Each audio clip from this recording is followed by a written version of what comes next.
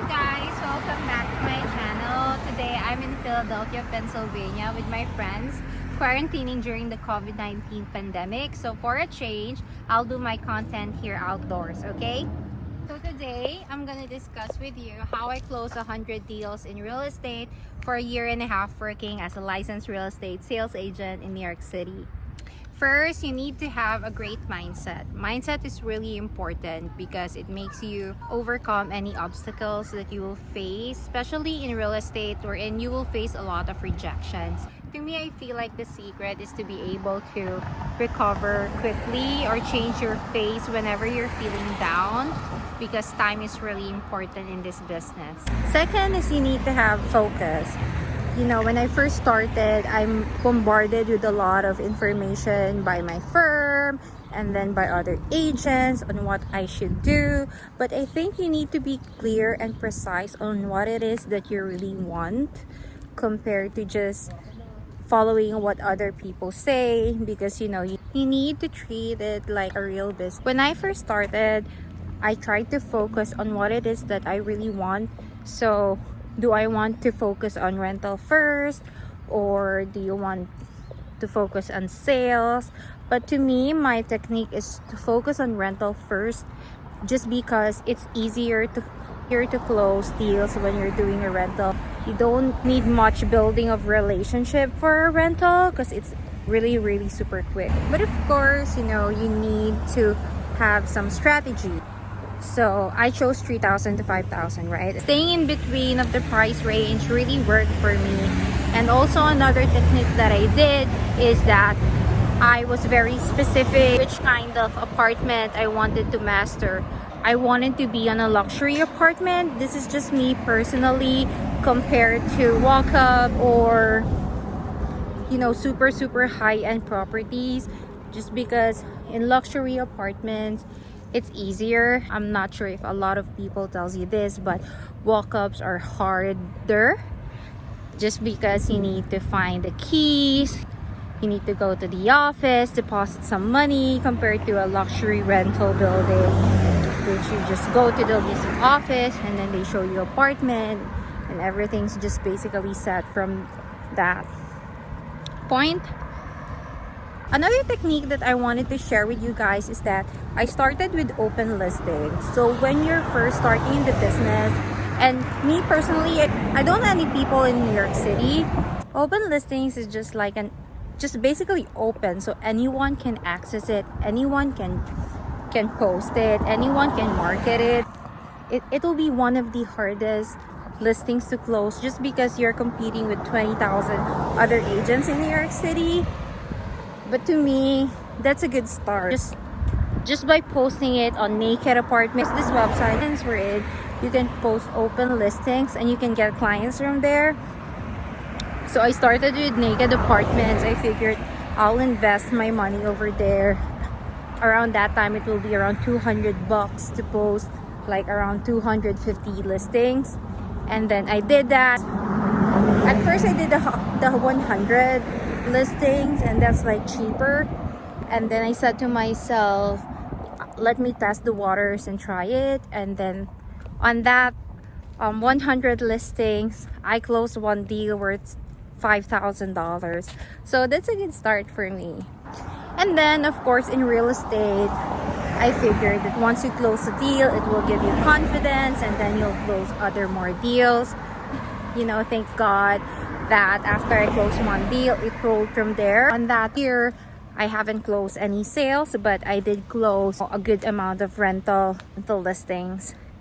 And also, you know, if you're starting, not a lot of people will advise you to do rentals, just because, you know, agents who are older in the business, they wanted to do sales because sales, you'll get more commission for your time spent. But to me, I feel like rental is a good choice because in rentals, it's easier for you to get the money, especially if you're starting. It doesn't take time. So some people, you will meet them, and when they're ready, when their requirements are complete, you know, you can close them in a day.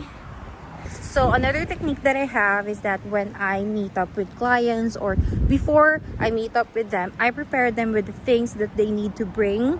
So if they find something that they really like, they will be able to secure it right away. That also speeds up the process and that increases your chance of closing. When I first started also, what I do is look at inventories. I look at a lot of open listings, no luxury apartments, just to familiarize yourself. If you're familiar with what is out there, whenever a client comes in, you know what they're looking for. You can easily point out the things that could work for them because you know the inventory. You can really compare things. So when they ask you, you look really professional. You know the pros and cons of this neighborhood, of this building compared to the other one, which one has the most value for their money. So yeah, go to open listings and then see inventory. That's a great way to build your knowledge in the business. And yeah, it doesn't matter, it's okay if you just do rentals. It's a good way to start and build your business.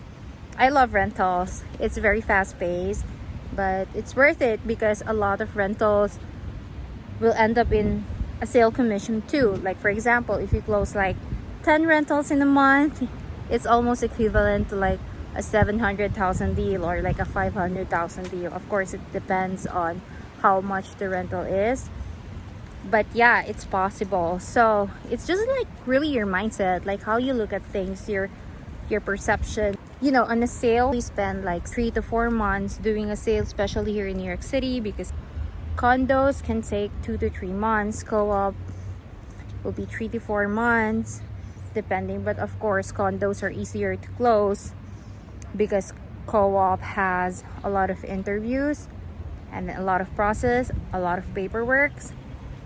I mean, if you do rentals, you can easily get money.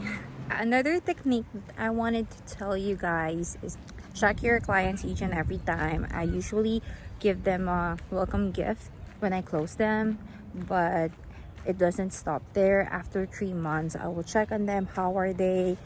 Do they like the apartment? Do they have any feedback regarding? So if there's anything that I could do to help them. And of course, after a year of renting, I reach out to them too if they wanted to upgrade, if they wanted to move somewhere else, if they wanted to stay. And then I'll tell them if they're staying, I'm happy for them because I did a really good job in helping them secure an apartment that they really like.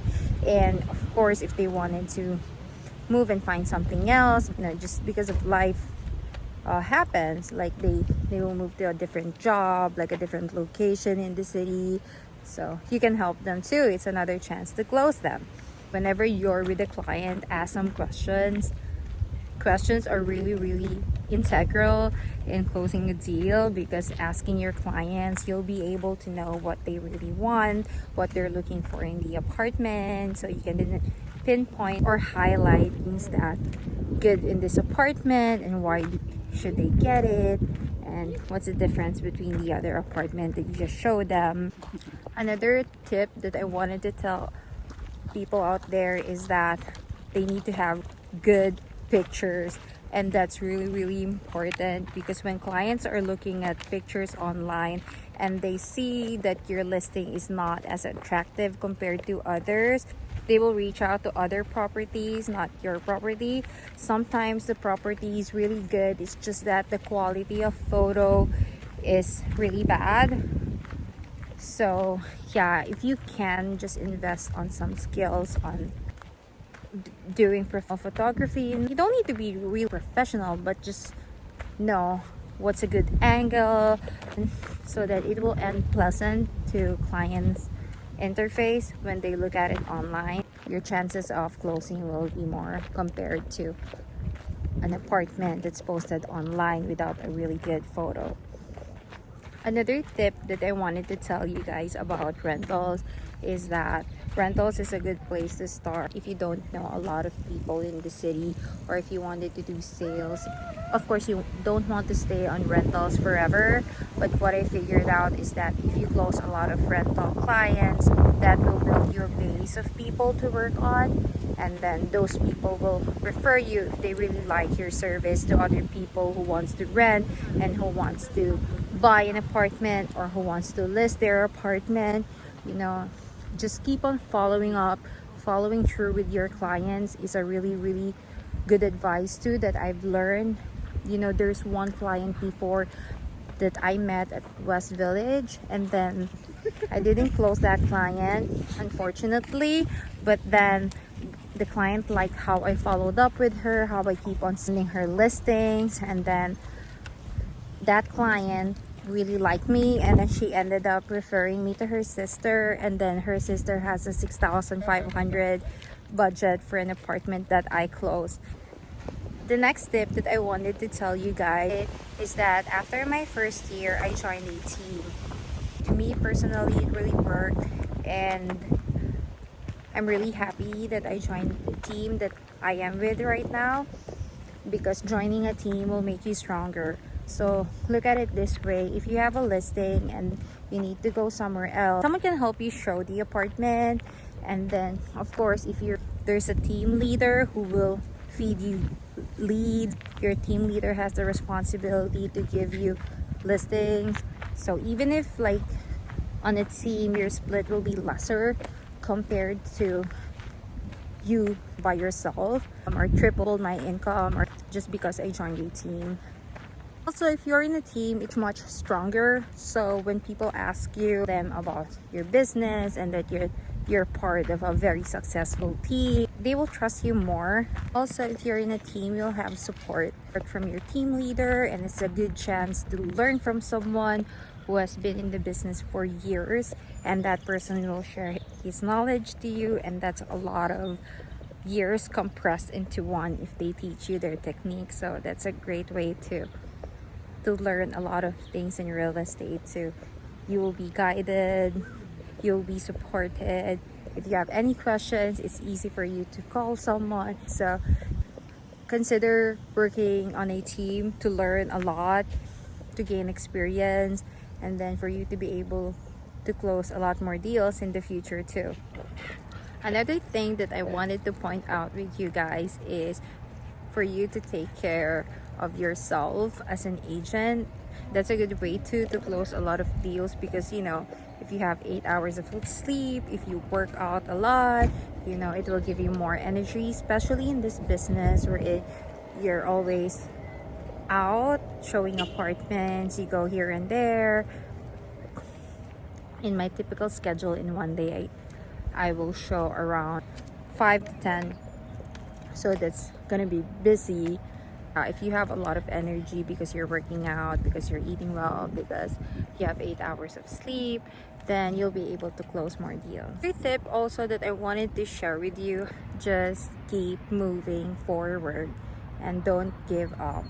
So there you have it. Thank you for walking with me here at Pennsylvania. I hope your families and friends are staying safe and healthy during this quarantine, and I wish you all the best in your business. If you have any questions, feel free to comment down below, and don't forget to hit subscribe at the end of my video for other real estate tips, financial tips, and real estate updates, not only in New York City but the market in general. So good luck, take care.